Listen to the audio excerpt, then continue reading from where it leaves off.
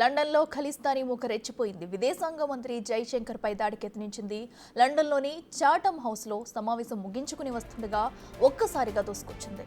ఓ దుండగుడు జైశంకర్ ప్రయాణిస్తున్న కారుకు అతి సమీపంగా వచ్చాడు. వెంటనే అలర్ట్ అయిన లండన్ పోలీసులు అతన్ని అదుపులోకి తీసుకున్నారు.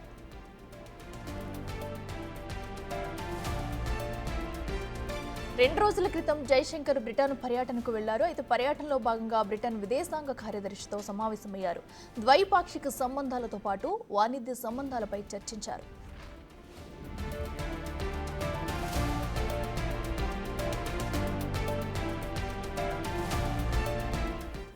ఇదే అంశానికి సంబంధించి మరింత సమాచారం మా ప్రతినిధి శివ అందిస్తారు. శివ, చెప్పండి, అటు ఖలిస్తానీలో అయితే జైశంకర్ పై చేసిన దాడికి సంబంధించి పూర్తి డీటెయిల్స్ ఏంటి?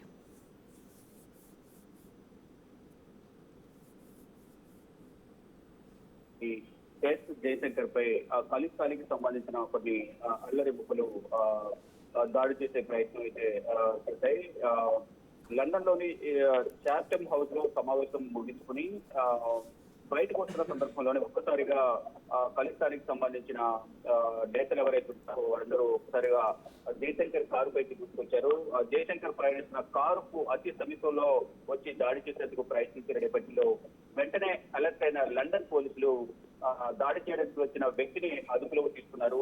అంటే 2 రోజుల క్రితం బ్రిటన్ పర్యటనకు విదేశాంగ శాఖ మంత్రి ఎస్ జైశంకర్ వెళ్లారు. ఈ పర్యటనలో భాగంగా బ్రిటన్ విదేశాంగ శాఖ కార్యదర్శితో సమావేశమై ద్వైపాక్షిక సంబంధాలతో పాటు వాణిజ్య సంబంధాలపై ఈ సమావేశం ఏర్పాటు చేశారు. సమావేశం జరిగిన తర్వాత హాల్ నుంచి బయటకు వచ్చిన నేపథ్యంలో ఆయన బస్ చేసే హోటల్కి వెళ్తున్న సందర్భంలో ఆయన జైశంకర్ ప్రయాణిస్తున్న కారుపై ఖలిస్తానీకి సంబంధించిన నేతలు, ఖలిస్తానీకి సంబంధించిన సానుభూతి పరులు జైశంకర్ పై దాడి చేసేందుకు ప్రయత్నించిన నేపథ్యంలో ఒకసారిగా పోలీసులు అలర్ట్ అయి ఆయన్ని కాపాడి ఎవరైతే దాడికి పాల్పడ్డారో, ఎవరైతే అక్కడికి వచ్చారో ఖలిస్తానీకి సంబంధించిన సానుభూతి పరులందరినీ కూడా అదుపులో తీసుకుని ప్రజెంట్ వారిని విచారిస్తూ ఉన్నారు. గతంలో కూడా పలుమార్లు ఖలిస్తానీ నేతలు భారత్ కు సంబంధించిన వారిపై అగ్రెసివ్ గా అక్కడ పనిచేశారు.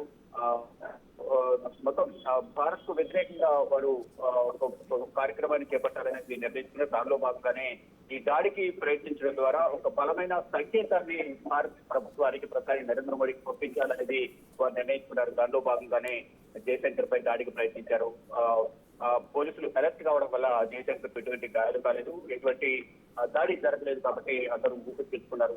అంటే వారి పరిధిలో వచ్చిన వారి విదేశీ లండన్ పర్యటనకు వచ్చిన ఒక అతిథిపై ఈ విధంగా దాడికి పాల్పడిన నేపథ్యంలో రక్షించలేకపోతే వారికి చెడ్డ పేరు వస్తున్న నేపథ్యంలో ముందుగానే వారు ఒక పటిష్టమైన భద్రతను ఏర్పాటు చేసి జైశంకర్ నగర్ నుంచి ఆయన బస్ చేసే హోటల్ కు తరలించారు. వారు ఎవరైతే దాడికి పాల్పడ్డారో ఖలిస్తానీకి సంబంధించిన స్థానం వారిని అరెస్ట్ చేసి ప్రజెంట్ దర్యాప్తు కొనసాగిస్తూ ఉన్నారు.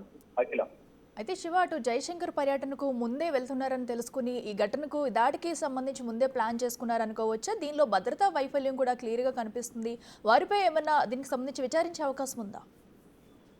డెఫినెట్ గా ఒక విదేశానికి సంబంధించిన వ్యక్తులు ఎవరైనా విదేశాంగ శాఖ మంత్రి ముందుగానే దానికి సంబంధించిన ప్రోటోకాల్ కానీ షెడ్యూల్ కానీ ముందుగానే అనౌన్స్ చేస్తారు. కాబట్టి దానికి సంబంధించి ప్రసార బాధ్యత ముందుగానే సమాచారం అనేది అందరికీ తెలుస్తూ ఉంటుంది. దాంట్లో భాగంగానే ముందస్తుగా సమాచారం రావడం, మరోవైపు ఖలిస్తానీ సానుభూతి ఎవరైతే ఇక్కడ ఇండియాలో కూడా ఉన్నారు కాబట్టి వారికి కూడా సమాచారం వస్తుంది. కాబట్టి వారు ముందస్తుగా వారికి సమాచారం ఇవ్వడం, ఆయన వస్తున్నారు అక్కడ వారిని అక్కడ ఏం చేయాలో ముందుగా ఒక ప్రణాళికబద్ధంగా వారికి ముందుగా సూచించడం, ఇదంతా ఒక పక్క ప్లాన్ ప్రకారమే జరిగింది అనేది కూడా ఇంటెలిజెన్స్ విభాగం చెప్తా ఉంది. కానీ భద్రతా వైఫల్యం అంటే వారు ఊహించలేదు అనేది కూడా చెప్తున్నారు.